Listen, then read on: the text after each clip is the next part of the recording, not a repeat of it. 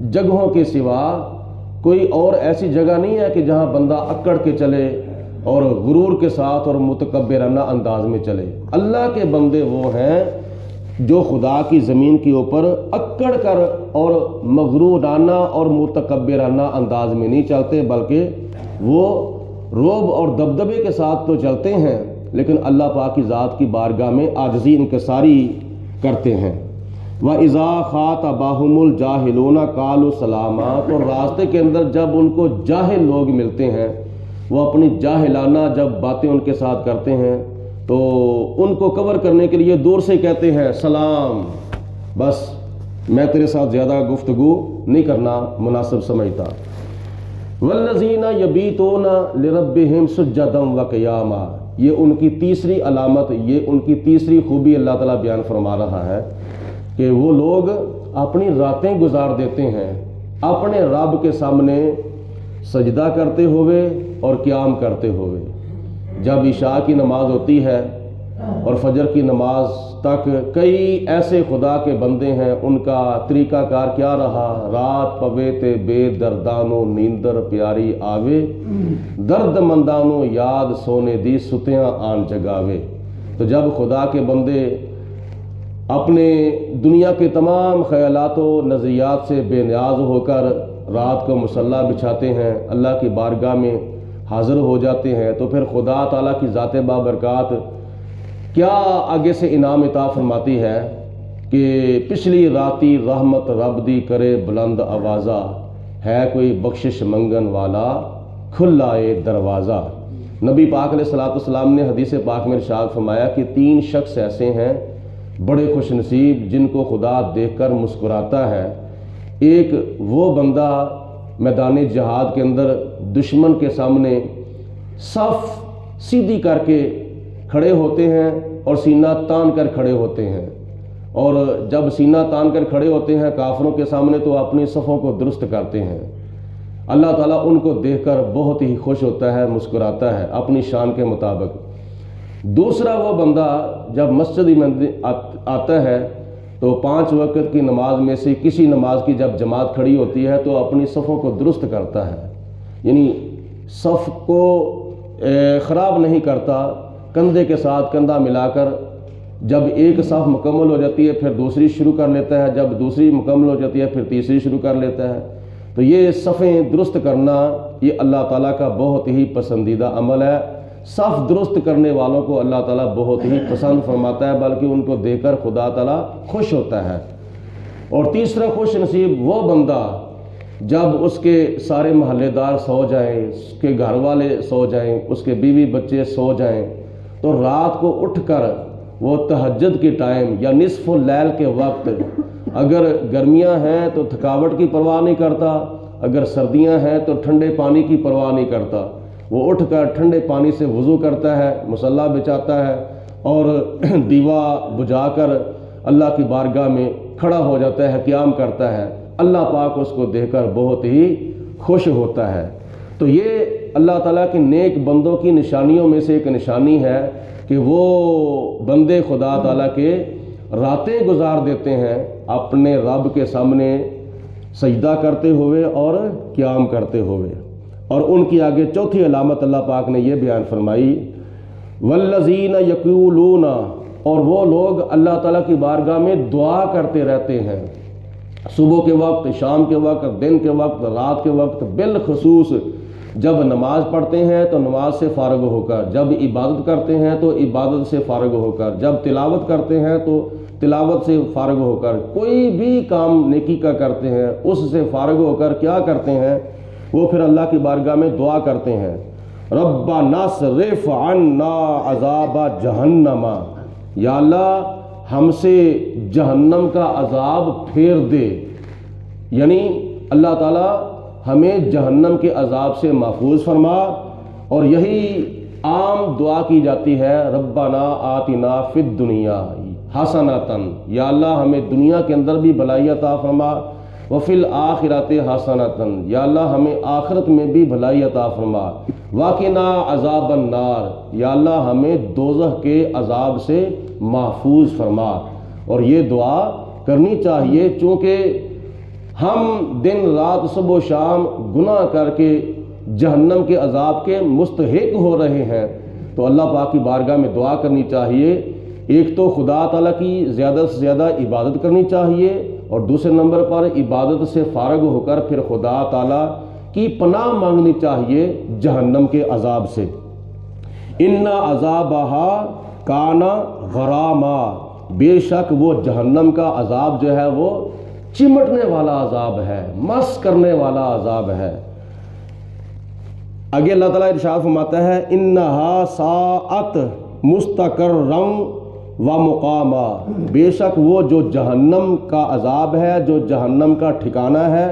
وہ ٹھہرنے کے لیے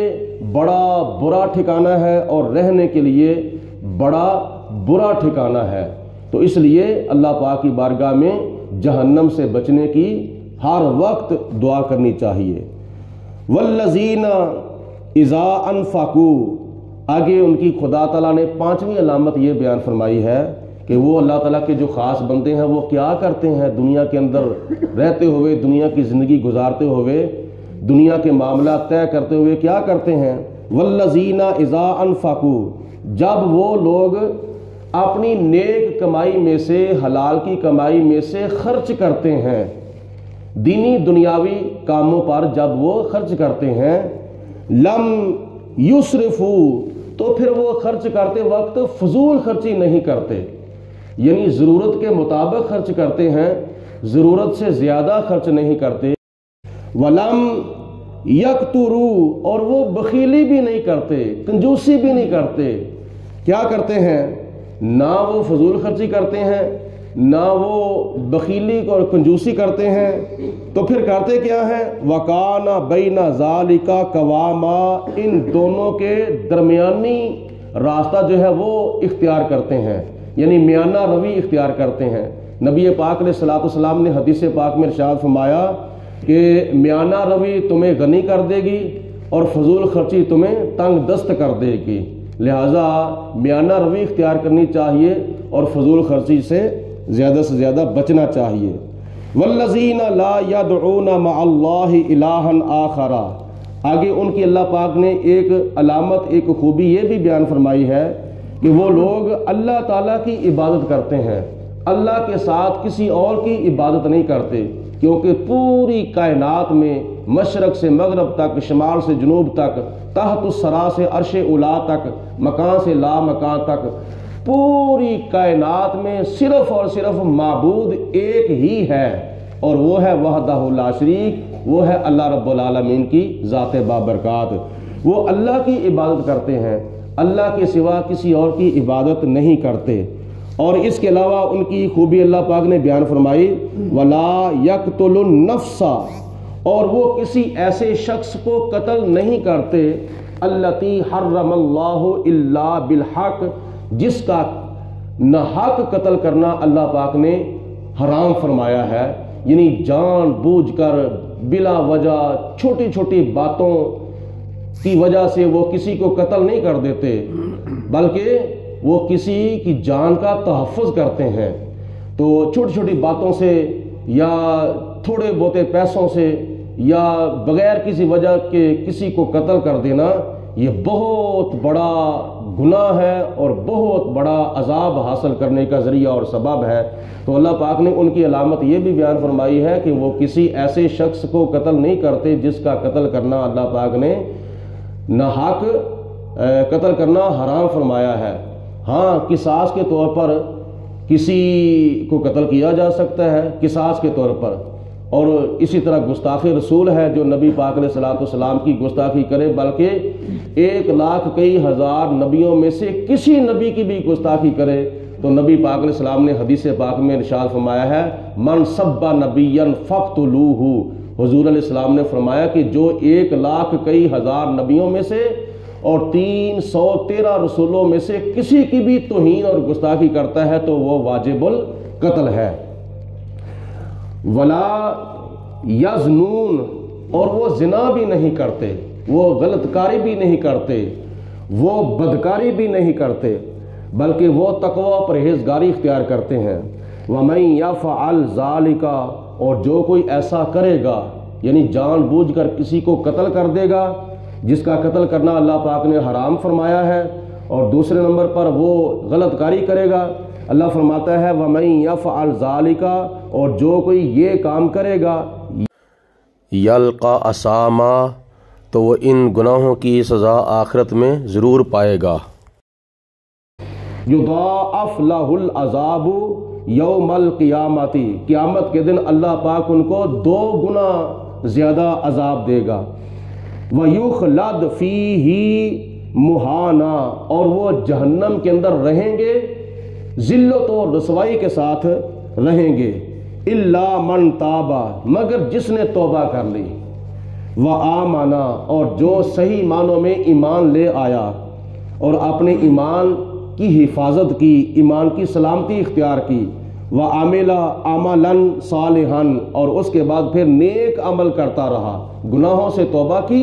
غلطیوں سے خطاؤں سے توبہ کی، اور صحیح معنوں میں اللہ تعالیٰ کا وہ مومن مسلمان بندہ بن گیا، اور اس کے بعد پھر اس نے نیک عمل کرنے شروع کر دیے، قیامت کے دن اللہ پاک اس کو کیا انعام عطا فرمائے گا؟ فَأُولَئِكَ يُبَدِّلُ اللَّهُ سَيِّئَاتِهِمْ حَسَنَاتٍ، یہ خوش نصیب وہ لوگ ہیں جن کے گناہوں کو خدا تعالیٰ قیامت کے دن نیکیوں میں تبدیل فرما دے گا۔ وَكَانَ اللَّهُ غَفُورًا رَحِيمًا، اور اللہ تعالیٰ بخشنے والا بے حد رحم کرنے والا ہے۔ وَمَن تَابَ، اور جس نے پکی توبہ کی، وَعَمِلَ صَالِحًا، اور جس نے نیک اعمال کیے، فَإِنَّهُ يَتُوبُ إِلَى اللَّهِ متابا، اور اس نے ایسی توبہ کی ہے جیسی توبہ کرنے کا حق تھا، اور ایسے توبہ کی جیسی توبہ کرنی چاہیے، یعنی توبہ نصوحا، وہ توبہ جس کے بعد بندے کو نصیحت حاصل ہو جائے۔ اللہ رب العالمین کی ذات بابرکات ایسی خوبیاں اور ایسی خصوصیات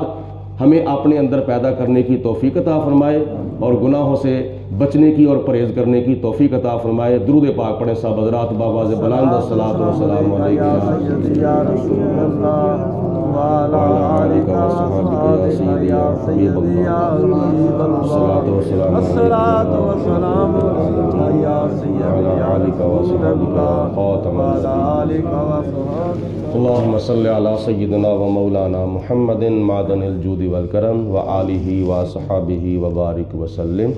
ربنا آتنا فی الدنیا حسنۃ وفی الآخرۃ حسنۃ وقنا عذاب النار۔ یا اللہ ہم تیرے گناہ گار بندے، تیرے خطا کار بندے، تیرے پیارے حبیب علیہ الصلوۃ والسلام کے گناہ گار امتی تیری بارگاہ میں حاضر ہیں، نماز فجر ادا کی۔ یا اللہ پاک اپنی بارگاہ میں ہماری نماز فجر کو قبولیت کا شرف عطا فرما۔ یا اللہ پاک جو غلطیاں کوتاہیاں ہو چکی تھیں اپنے محبوب کے صدقے معاف فرما، ہمیں زیادہ سے زیادہ یا اللہ پاک وہ خوبیاں اپنے اندر پیدا کرنے کی توفیق عطا فرما جو تجھے پسند ہیں، اور ان کاموں سے بچنے کی توفیق عطا فرما جو تجھے ناپسند ہیں۔ یا پروردگار عالم ہمیں صحیح معنوں میں حقیقت میں نبی پاک علیہ الصلوۃ والسلام کے پکے سچے حق امتی بننے کی توفیق عطا فرما۔ یا رب العالمین ہمیں یہود و نصارہ کے کلچر سے محفوظ رہنے کی توفیق عطا فرما، ہمیں صحابہ کرام اہل بیت پاک نبی پاک علیہ الصلوۃ والسلام کی امت کے بزرگان دین اولیاء کاملین کے نقش قدم پہ چلنے کی توفیق عطا فرما، مرتے وقت کلمہ پڑھنا نصیب فرما۔ یہ دنیا کی چند روزہ زندگی ہمیں شان کی عطا فرما، اس کے بعد موت ایمان کی عطا فرما۔ سب کے کاروبار میں مال جان میں برکتیں، رزق کے حلال میں وسعت عطا فرما، بیماروں کو شفائے کاملہ صحت عاجلہ عطا فرما۔ یا اللہ جو مقروض ہیں ان کو قرضے سے چھٹکارا عطا فرما۔ یا اللہ جو بے نمازی ہیں ان کو 5 وقت کا پکا نمازی بنا۔ یا پروردگار عالم جو دین سے دور ہیں ان کو دین کے قرآن کے قریب ہونے کی توفیق عطا فرما۔ ربنا اغفر لی ولوالدی وللمؤمنین یوم یقوم الحساب، وصلی اللہ علی حبیبہ محمد وآلہ وصحبہ اجمعین برحمتک یا ارحم۔ آپ کی خدمت میں یہ بھی گزارش ہے کہ اگر آپ اس چینل پر پہلی مرتبہ تشریف لائے ہیں تو مختلف موضوعات پر بیانات سننے کے لیے اور روزانہ کی بنیاد پر درس قرآن سننے کے لیے اور میرا لکھا ہوا نعتیہ کلام سننے کے لیے اس یوٹیوب چینل پیر جاوید القادری کو زیادہ سے زیادہ سبسکرائب کریں اور دوسرے احباب کے ساتھ شیئر کریں۔ شکریہ۔